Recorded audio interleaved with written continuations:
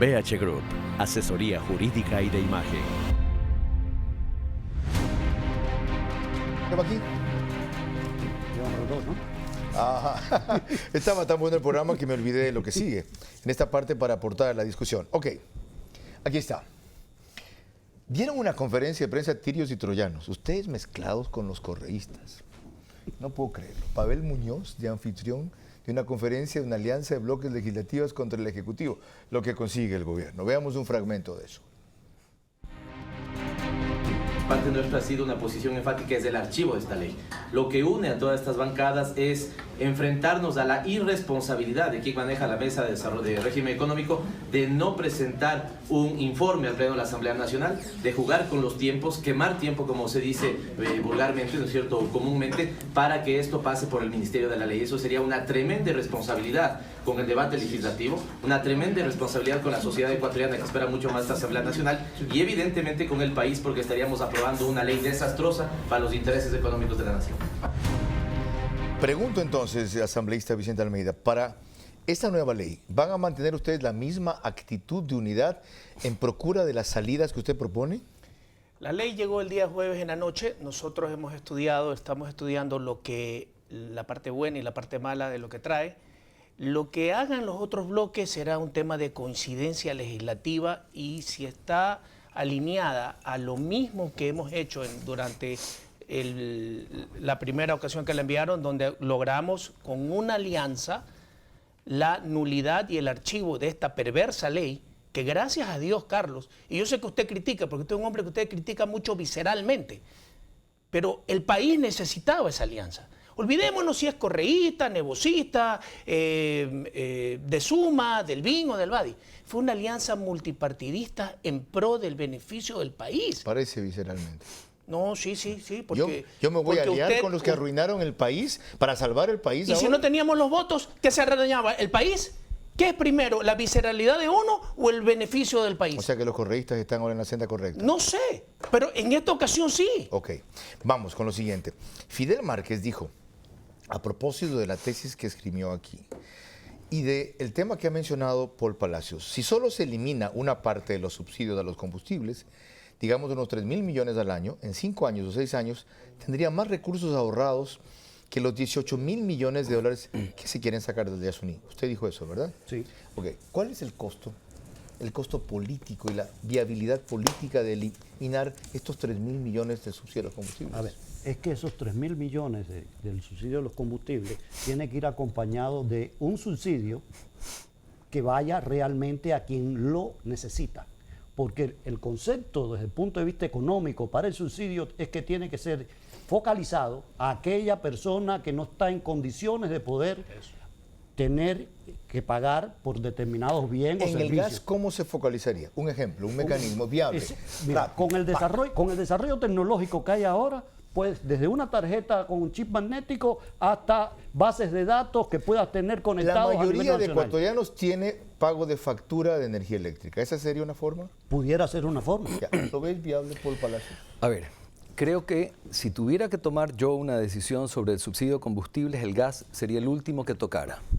Y sería el último que tocara porque no solamente hay componentes de uso familiar, sino también de uso familiar rural, donde la compensación no sería suficiente y pudiera destruir bosque. Explicado eso. ¿Ya? Hablemos del diésel entonces. A ver, el diésel... ¿Lo eliminaría por completo? El diésel tiene que eliminarse, y tiene que eliminarse porque en la gran proporción de uso del diésel es un uso industrial y un uso de negocios. Paul Palacios, ¿sabe lo que dicen los pesqueros? Si usted les elimina el subsidio del diésel, nos vamos a Perú.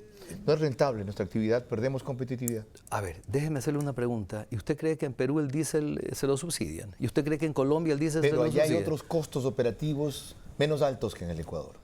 Tenemos que ser eficientes, señor Vera, pero el Ecuador no puede, el hombre pobre no puede financiar al empresario ¿Le eliminaría también el pesquero. subsidio del diésel a los camaroneros? A todos. ¿A los transportistas públicos? Quiere que le diga una cosa, y la forma de resolver el problema del subsidio del combustible para el usuario del transporte público es subsidiar al usuario, no subsidiar al empresario del transporte. ¿Con qué mecanismo se puede subsidiar al usuario? Yo sé que eso se presta para un tratado. Deme una idea. Hoy la tecnología le permite a usted rápidamente decirle al sector productivo, parte de la compensación que el Estado requiere es un incremento parcial de su compensación para que sus trabajadores, aquellos que utilizan transporte público, puedan tomarlo. Me parece tan claro y tan sencillo. Es más, diría yo que es muy claro y muy sencillo.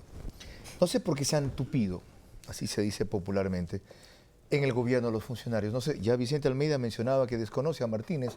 Una cosa decía de dirigente gremial, otra dice de funcionario público. Pero la ministra de Gobierno, dijo usted, refiriéndose a ustedes de paso, que estaban celebrando la CONAIE, los socialcristianos y los correístas, el haber echado abajo esa primera ley. Escuche los términos en que lo dijo, porque esto nos lleva a la segunda parte de la discusión.